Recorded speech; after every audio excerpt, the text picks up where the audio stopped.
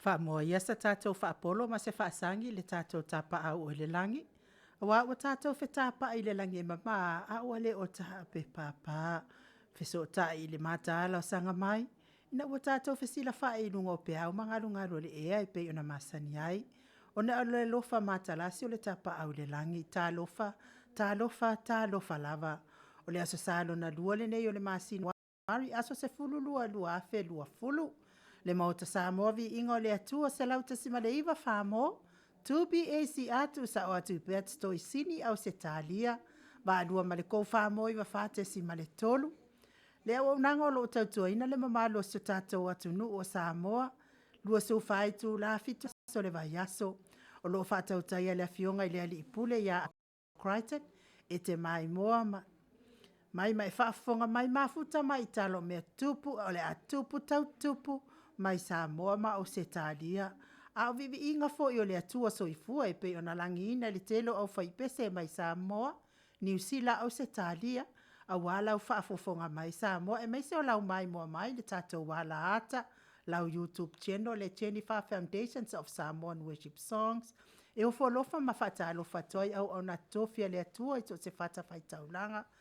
Le fionga i le seo le ekalesia i metotisi ia whaangu to mlatai pe foi le presteno le auso fi alfani ia casa lautele ma le mawalunga mtanga tausi mtanga luenga mna yo lato faltuo le ekalesia metisi fatalo fa le nganga falwa so i fua manuia ma lo foi le folau fatalo fa le nganga falwa fionga i sunga i to ina mna yo lato faltuo le ekalesia e fa casa mas foi ina sunga i whawhiangainga mna yo lato falituo le ekalesia. Ma le mawalunga le ekalesia i whakasa whatalo whatu le anganga whaalualo. Ma lor so i fua manuia, ma lor fo lawilangi ma. Whatalo wha le ekalesia katoliko. Le fionga i le. Ia patele le ekalesia sunga i. Mese foi le pa io le tu ainga sao le ekalesia katoliko. Fatalo fatu le nganga falo alo fionga ya patele makusi malo so i fo manuia malo fo i le fo lau ilangi ma kalesia AOG le Assembly of God le tu palangi ma le tu Samoa sunga i fafianga inga mna o la tu faltua ma le maolungo le kalesia fatalo fatu le nganga falo alo kalesia o le asfitu sunga i fafianga inga mna yo la tu faltua malo le ngalulue malo fo i le tapua ile aso nafi fatalo fatu le nganga falo alo le alava se kalesia o ala to ilo tapua inga Samoa nei vai tau le olanga tono sini au se talia nei me se le MAIMOA mai tafa fio kelope fatalo fatu yo tau sunga na yo tau faltua ma lo tau tua ile atua ma lo fo ile langi mai le nei aso pa i ole atua fatalo fa le malo Samoa uma e olo alalam papa au sini Australia nei o e FIAFIA avel POLOKALAME o Maota Samoa VIVIIGA o le atua ma la to le tio me fa fonga i le aso ma le aso me se o lau MAIMOA mai tatou wala ata ma lor so i fua manuia i tamama tina matua le au sina se o tatou atunu o e olo tapua ia whaiwa i le aso ma le aso ma lor on sa i so i fua matua o lo iai o tau fatalo fatu le botan o le POLOKALAME Maota Samoa VIVIIGA o le atua mo o tau umalava i le nei aso ma lo le soifua manuia ma lo fo i le on sa i ti ngaru soifua matua lo iai o tau fatalo fa fo i pa i o ainga ma lo fa fale upolunga fale tua matausi mai se le lave loa Samoa uma o le o alalam papa au i Australia nei ma lo soifua manuia ma lo fo i le folau fatalo fa i lau MAIMOA mai i lung tono Maota ngase latou o lo fia ngai pe ngase o tino vea musiko nei POLOKALAME o sfa FIAFIA loto moliatu lo finangalo fa te ainisiti ngā tino ya te otou mana tua pe otou i tatou POLOKALAME ya sa uma alo fa atu POLOKALAME nei mo otou uma mai se o lau MAIMOA mai tono falpui vea fa salanga fa le malo toi fota i ai fo i lo wolanga ia maua se si o langa fo mo o e lava ia ma lo lava le soifua manuia lau MAIMOA mai lunga o tatou wala ata lau YouTube channel le Jennifer Foundations of Samoan Worship Songs fia se tafol ne ke lo pe olo e MAIMOA mai ai whamalulua tu fo yo no le tuai o le tatou polokalame. Ia whaia lo leo mafonga tau molimole o le fionga le li pule ma le au whainga luenga nei. Mātou te whaatalo whaaloa i atu ia te oto uma. Whaatai mafuta mai. Whaatai fo i tustusi mai. Whaamanuia mai. Mai se fo i o tima inga e alu ai pea i luma. Le tatou polokalame nei. Ma lo lava le soifua manuia. Whaatalo fo i se o tatou. Ma lo whaapelepele i Samoa. O lo iai na i ainga wo mai e masani. Ia le ngalo lava le whaatalofa. Mori atu o lo whaanga. Whaatalofa whaaloalo e au tofia le atua. Fea se fioanga o whaafale le malu ai. Ono le tala ina o le tala i le lei. Whaatalofa atu le anganga whaaloalo. Malo lava le soifua manuia. Malo fo ili folaulangi maa. Sau whaingati nama ta maa malo lo man malo. O e Samoa i asale nga suu o le tae au. E ngā luenga tālai. O tau asoa le manu malo ono o tau onsai. I ti ngā mawhainga tāo le ngā luenga le. Tina malolo ia pevi tau tua. Tina malolo man malo ia mawese aso faumui. Fatalo fatu le nganga whaaloalo ia. Meise o tau malava. Wale maua fo isuafa. Fatalo fai le nganga whaaloalo.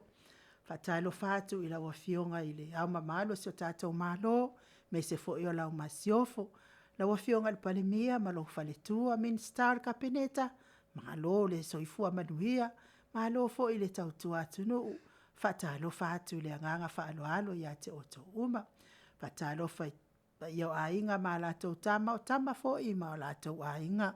Le uso ngā pule mtumua i tu au ma la tau ainga i taima le va au fonti. Sua ma le vai whanua fo ma ai tu langi sa ole masale au mua ma le lau niuna sailua. Le afio fatu i to fale ula la au nā matasi. Ma upu ia te ole mo tsa. Fatalo fatu le nganga whaaloalo. Talo fai le fionga le tamaita ilo ia o le SSIG iau nasa iuni Sapolu ma se fo le mawalunga o le SSIG le no fua prestene Samoa New Zealand ma se fo o Amerika ma Australia nei la wa fionga o lo amanu fauli o ma se mawalunga o le SSIG a New South Wales fa talo fai le nganga whaaloalo ma lo lava le fo ile soifua manuia o e mal tu la fono la wa fionga ile li ilo ia fionga ile sao la lau sunga le ota suatele tu fele fa pea fo ile siofo ia sua Vivian ma lo lava le soifua manuia ia tauia ina ia manuia le au mawai na tunu tato polokalame mal diti sal ma lo si lau fetala inga multalo fa pea fo ilo tausi me se le pulenga le diti sal ua fionga le au pepe sunga ia Kristu ia ma le mawalunga le pulenga diti sal Fatalo fatu le nganga whaaloalo. Fatalo fai le fionga ile ali pule o le tatou le tio le kou wha moi wa fate si ma le tolu. Fionga ata noa Crichton ma le ainga. Fatalo fatu le nganga whaaloalo. Ma lo lava le soifua manuia. Ma lo fo ile fo lau ilangi maa. Fia fatalo fa fo ina ita mama na itina o e o lo taputapua ia pea faiva o le tatou polokalame nei. Sunga le uso ali. Ia sunga ia tuila epa fai ai malfalitua ia maunga mu. A fionga ile alo sina, ia futialo malfalitua ia ana rosa fa amusu faleono. Le tina matua ia leata pese.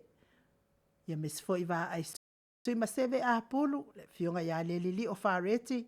Malfalitua ia feto ai fonga i fale vai maunga polo ai. Afa masanga tafinga malfalitua ia ola itai. Alisa hakai ma futa mai Western Australia. Fatalo fatu le nganga whaaloalo. Me se oto malava wale maua fo iswafa ili nei tu la o le taimi. Ia. Fasol solo mai lava. Ia mantua fo oto iswafa. Fatalo fatu ia te oto uma. Ia o le nganga lava ia oto sila fio mato loto. Mato te fia whaia ea ila tau tapua inga Samoa. E hala le polokalame nei. Ia le wa amatalia ta tau polokalame. A wa tau tua ina lo fita mafuta mai. Le fionga il tapa au fasina ia tole a foa lua moa tole a foa le lua mai fasto taima vai puna tato insinia numera ia mai ko tole a foa malo nei tangata ayo ainu u ilinga no aliti sa vai naya mai sala i lua sa vai i sa pali i solo lufi fale a puna moa moa fatalo fatua ile nganga faloalo le fionga il tapa au fasina tole a foa ma lor so i fua manuia ma lo fo ile fo lawilangi ma lo le ona sa ia ole asalo na lua nei o nei tausanga ua tatou a matalia fo ile tatou ngaluenga o le fasalau lungo nei ALALEO le se lau tesima le iwa wha mo 2PACR mais fo ilungo le alaata lau YouTube channel le Cheni Fa Foundation whaatalo whatuai lau a fionga ile tapa au whasina tu ia ana ave au malanga ia o le fo intu inati ia o le tonu mai pea ia fo ile fa ululunga le ainga malos ia po lau sunga le presidente le kalisia ruti hio fa talo fa tu le nga fa alo lau talenga la ulo tau lau niu malo lava so ifo manuia akele kani mai u to mana tua tapo inga le Jenny fa Foundation le talenga ia lio voli tu funga fa pe fo ile tau sia na tia liu ngata le tau fa ile tau langi fa pe fo tau sia lo minga male no fo alo leftalenga ia ono fia ia fa pe fo e fionga ia sola daisy male no fo alo le aula male tausi fa talo fa tu le nga fa alo tole fo ia malo fo so fo male langi mama i lau sunga le tausala lau fionga tausala lau sunga e nu o te taritonu le wa fa pai fo i le pa ia lasi o le tato watunu ia ai misi fo i le au fenga tofio le tua le nganga maulunga pe te fa so ai tele lava o asusa e maulunga lava le fatalofa wa o le fatalofa ia o te fatu saina le o le se amata lotu a sa lava le fatalofa ma ia fa pena fo ia sui tofia le malo Samoa ne ngatela mo malo le malo ia sui tofia o le fatalofa pe na fatalofa ai mo le toile nganga faftai le tu o le tato tu embo mai tato fafsanga i fo i lumo le nu ai le o tu le nu ma lo so fu malang manuel la fionga tau sala tu lo pa ia mo sa la lo le o tele ia le we fatalofa fo i mo ma sanyo tato le aso la vaneia lo fionga tau sala ia o aso la vanei pe fa pena la va so fuanga a o lo TAIMI tato POLOKALAME me se lava wo pa anga tato POLOKALAME ia sangi mai lava pia da loa foi po ani me o lo tupu na me se foi ni me le tupu le vai aso o to nai o le nganga maulunga lava le ia te loa la tato o fa ale se ki fo ni aso lo franga tau sala pe o te sau fu al